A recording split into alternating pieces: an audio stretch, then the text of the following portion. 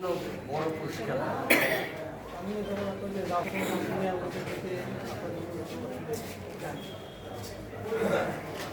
আমরা সবাই একটু চুপ করি।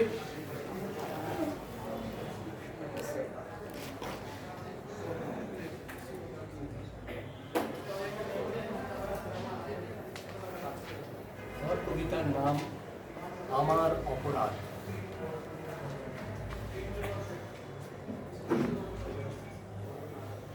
আমি কবিতাটি লিখেছিলাম প্রথম আলোর ক্রাইম সাংবাদিক রোজিনাকে যে আমাদের মন্ত্রণালয়ে অপমান করা হয়েছে তার প্রতিবাদে লিখেছিলাম। প্রথম আলো কবিতাটি রোজিনা আমার চোখ বাঁধা, হাত বাঁধা, জিহ্বা সেলাই করা, আমি না দেখতে পাই, না শুনতে পাই, না বলতে পারি কথা, আমি বোবা, কালা, অন্ধ। একদা আমার চোখ অসম্ভব মুগ্ধতায় ভরে যেত। সুনীল আকাশে চেয়ে থাকতে থাকতে বিলব জ্যোৎস্নায় অবগাহন করে আমার কোমল হাত লিপ্ত কবিতা মানুষকে ভালোবেসে, মানুষের সুখে দুঃখে শব্দের ফোয়ারা ছোটাত নির্দ্বিধায়, পদ্মা, মেঘনা, যমুনার জলশ্বাসের মতো।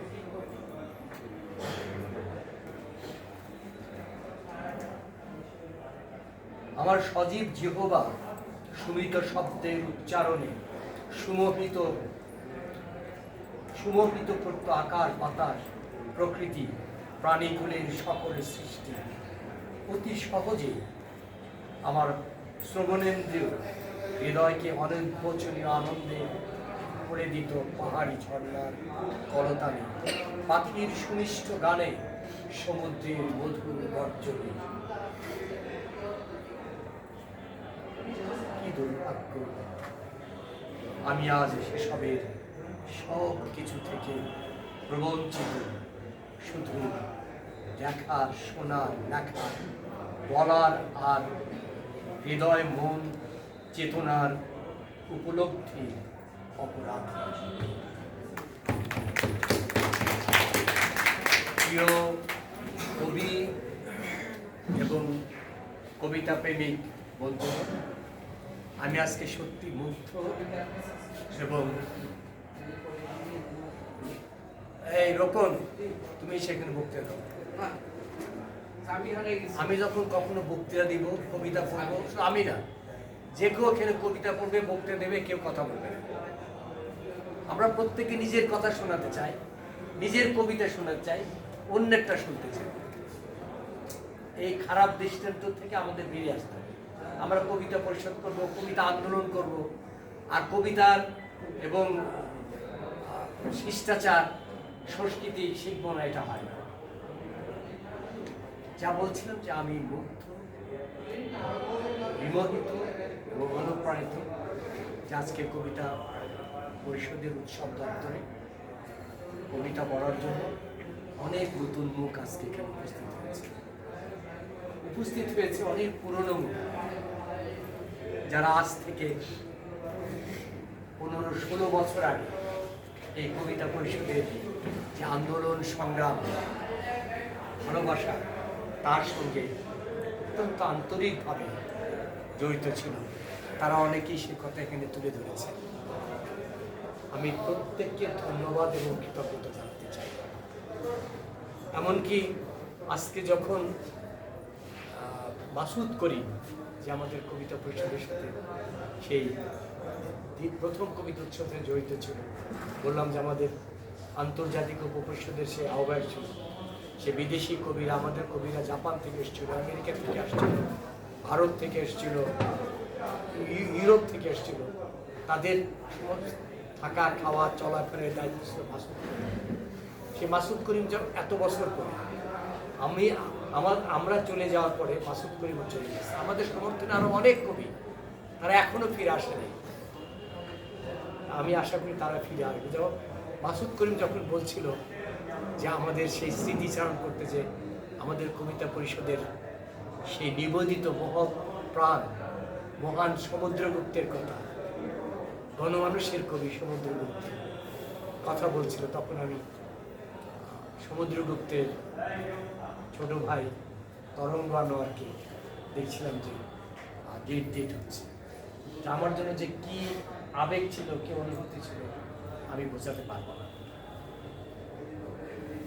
আমি সবাইকে অনুরোধ করব যে শুধু আজকে না, প্রতিদিনই যদি এভাবে আমাদের উৎসবের জন্য নতুন নতুন মুখ আমরা দেখতে পাই এবং আমাদের আগামী উৎসবটা কবিদের শব্দ অলঙ্কার কলকাকলিত করে ওঠে, তাহলে আমাদের এই লড়াই সংগ্রাম এবং জাতীয় কবিতা পরিষদের যে নতুন পদযাত্রা, নতুন স্বদেশের জন্য, নতুন সমাজ নির্মাণের জন্য, সাম্য, মানবিক মর্যাদা, সামাজিক সুবিচার, আমাদের মহান মুক্তিযুদ্ধ ৭১-এর যে ঘোষণা এবং জুলাই বিপ্লবের আন্দোলনের যে ঘোষণা, গণঅভ্যুত্থানের বৈষম্য মুক্তির যে আন্দোলনের যে ঘোষণা, সেই ঘোষণাকে বাস্তবায়িত করার লক্ষ্যে জাতীয় কবিতা পরিষদের প্রতিটি কবি, প্রতিটি সৈনিক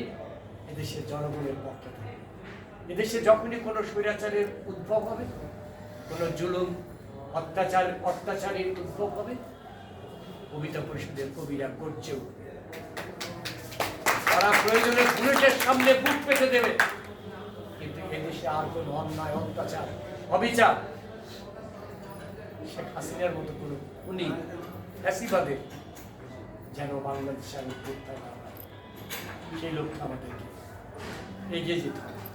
এখানে যারা কবিতা পড়েছেন অনেকেই, অধিকাংশই অনেক ভালো কবিতা পড়েছেন, কিন্তু আমরা শুধু কবিতা পড়ার জন্য কবিতা পরিষদ করি না, উৎসব করার জন্য কবিতা পরিষদ করি না।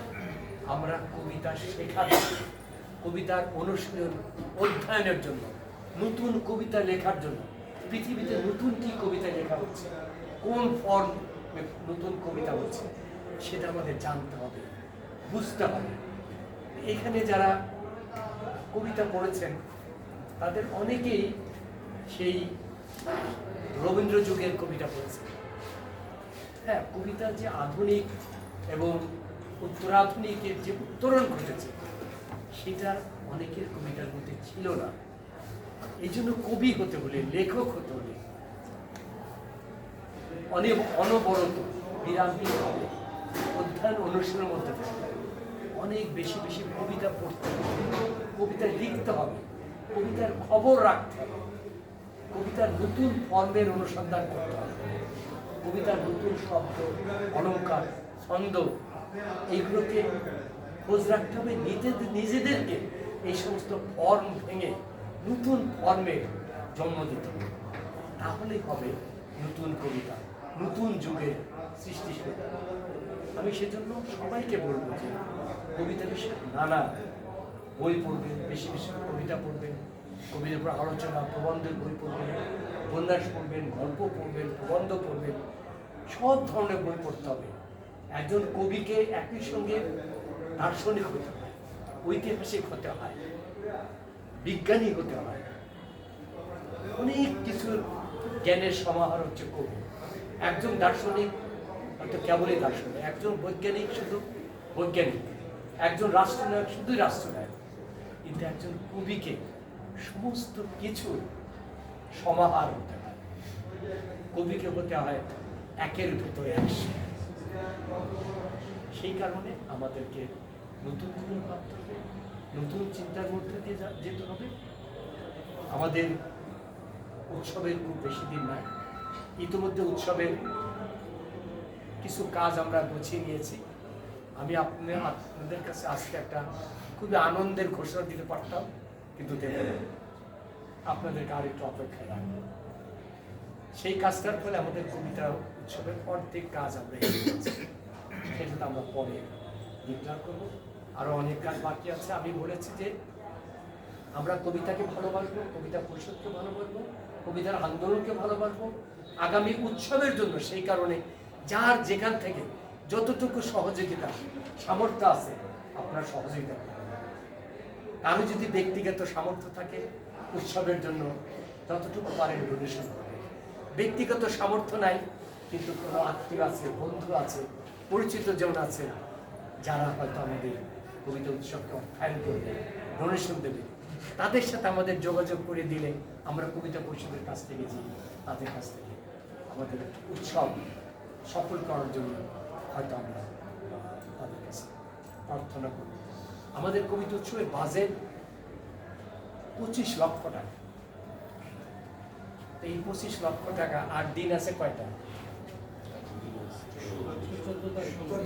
হ্যাঁ, 15 দিন।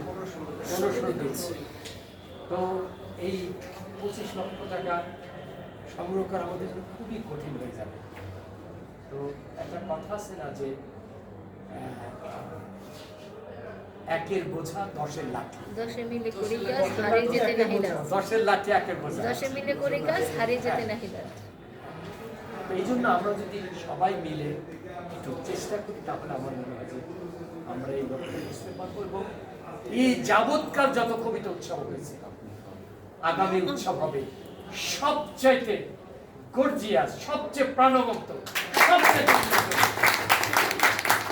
সেই লক্ষ্য এবং উদ্দেশ্য নিয়ে আমরা সবাইকে নিয়মিত আসতে বলি। আশেপাশে সবাইকে এখানে যেহেতু আমাদের নিবন্ধন ফিও নাই, আপনারা নিবন্ধন করানোর জন্য চেষ্টা করবেন। আপনারা এতক্ষণ যে এত ধৈর্য ধরে একেবারে শান্তশিষ্ট বালকের মতন, বালিকার মতন সবাই কবিতা শুনেছেন, বক্তৃতা শুনেছেন, সেই জন্য পুনশ্চ আপনাদের ধন্যবাদ অভিজ্ঞতা করতে চান। যারা আজকে আসছেন রেজিস্ট্রেশন করেন তারা রেজিস্ট্রেশন করে যাবেন। আর ওখন তোমার দপ্তরের কি মেহমানদের জন্য কিছু আয়োজন আছে? প্লিজ